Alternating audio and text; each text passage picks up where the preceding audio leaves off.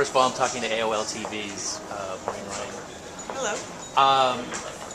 I recently saw somebody use the phrase TV rocking. And it tickled me because, I mean, I had been on Twitter for a while, but at some point I started following somebody who was a TV writer, and then of course once you start following one, you start getting sucked in and have this growing list of people I follow. And it does seem to me, as somebody who grew up around the TV business, I mean, my father worked in television, and so literally when I was in high school, I was reading his cast-off varieties and Hollywood Reporters. Right. And I think that, for the people who cover television now, thanks to Twitter, we're seeing more interaction on a daily basis. Oh, yeah. It used to be, it was, twice a year at the TCA tour. Right. And, I guess you could maybe get together for lunch or, email somebody or whatever. But now it's literally all day long. Here's what I think. Oh, yeah, well, here's what I think. Oh, that's it. And people are constantly aware, not just of what people are writing, but literally what they're thinking from moment to moment. And it's hard for me to say from the outside what is the effect of that, but I can't believe there's not an effect of that. There is a huge effect of that, and I think some of it's really good because,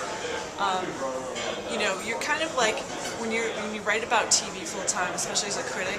It's kind of like there's one or two or three people in every city, or maybe even just one. There's people who do it full time, whether they're paid for it or not paid for it. So it gives you that connection that I think if you were going to an insurance office and talking to other insurance agents all day, you would get that connection there. So it's kind of nice to have that, but it can be dangerous too. And I'm someone who constantly tries to shield myself from reading other people's reviews before my own is written, because I'm influenced. Hopefully not that easily influenced, but it's very hard not to have something implanted in your brain. Just the other day I was watching something, I liked the 2-hour pilot of it, and then someone said to me on Twitter, oh, but the episodes after that aren't any good.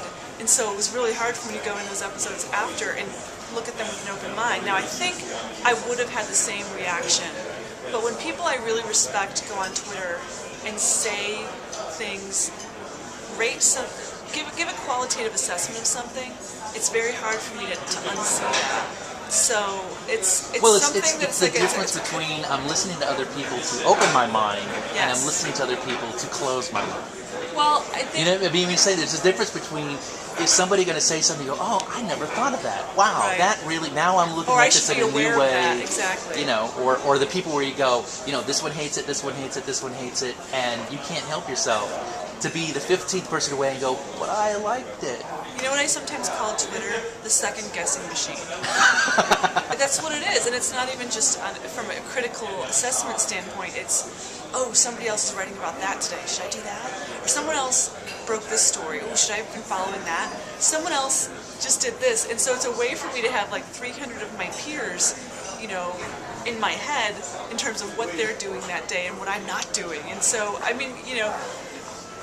you definitely want to be aware of what's happening in your field. You want to be aware of what the creative people are doing, what your peers are doing. But at the same time, it's very hard to then stick to your own guns of what is interesting to you and what you want to pursue that day. And so it can become this feedback loop that kind of is getting you to second guess yourself every other minute, and that can be really destructive just from a time management perspective. And also from a time management perspective, I can go on Twitter all day, click on links to interesting articles, and then 2 hours have gone by, and I don't have 2 spare hours in my day. So it's kind of like, it's great, but it's like too much of great, at times. So would your assessment be ultimately the influence of it is positive or negative? Or I always go very, very mixed? I always think of this thing that Chairman Mao is alleged to have said. Someone asked him, I think on his deathbed, was communism a good or a bad thing for the world? And I'm probably getting this wrong, but this is the way I remember it. Someone asked him, is communism a good or a bad thing for humanity? And he said, it's too soon to tell. And maybe it was too soon. But I think that's that's sometimes how I feel about Twitter, that it's too soon to tell. Was this a good idea or was this a bad thing? I mean, quite frankly, lately I'm finding that I don't have. There's a ton of people I want to follow on Twitter, but if I get in the weeds of just looking at the conversations and looking what people are writing and, you know, links and everything like this, it can just eat up a lot of my day. And when I'm really, really busy, I can't do it. You know, it's like there's too much going on. So sometimes I just tend to click on several critics that I follow that are kind of friends as well, and I see what they're writing about or concerned about, and that's a break for me, and it's fun. I think it's really useful from a work perspective that when something breaks on Twitter, it breaks really fast and you know about it instantly. But from the same standpoint, then what is the value in breaking something? If someone else gets a story 10 minutes before the second person gets it, and then in 15 minutes before the network sends out the release, then should I be focused on breaking things? Because it seems all academic at that point. So, it's well, and there's a difference between breaking, like you were literally just the first one to, you know, somebody called and said, yeah, we're just going to announce this, or what? I mean, that, and I am going to dig and you know, pull out something that would not have come out by itself. I mean, you know, that another thing that seems to me there's entirely too much of emphasis is first. Well, first is not always meaningful. Yeah. Here's a story that if we waited 10 minutes, everybody in the world would have known. Exactly. But you were first. Well, so what? Well, I think that's really true, and I think what Twitter has forced me to do, and sometimes it's a painful process, is what can I bring that has a quality or a value that is different from what other people are going to bring.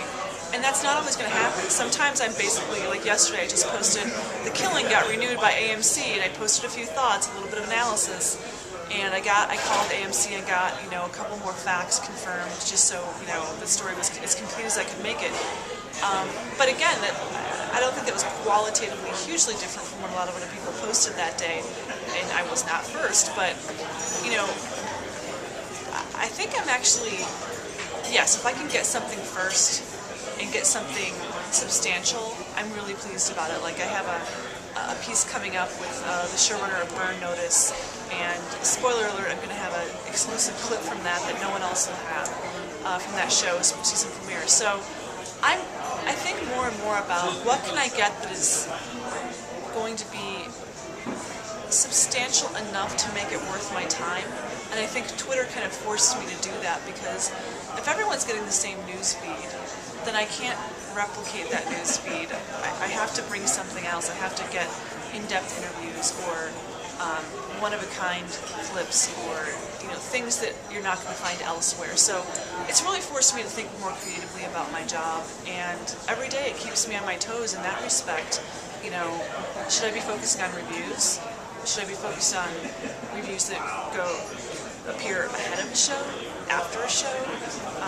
Should we be focused on weekly reviews, which is, I think, something of a hot topic, because some people find them useful. Sometimes I find them kind of difficult to write because you don't want to repeat yourself for 13 or 22 weeks in a row. Should I be focused on features? And, you know, I go to college classes and speak sometimes to students who are studying journalism, studying media. I probably do that a few times a year.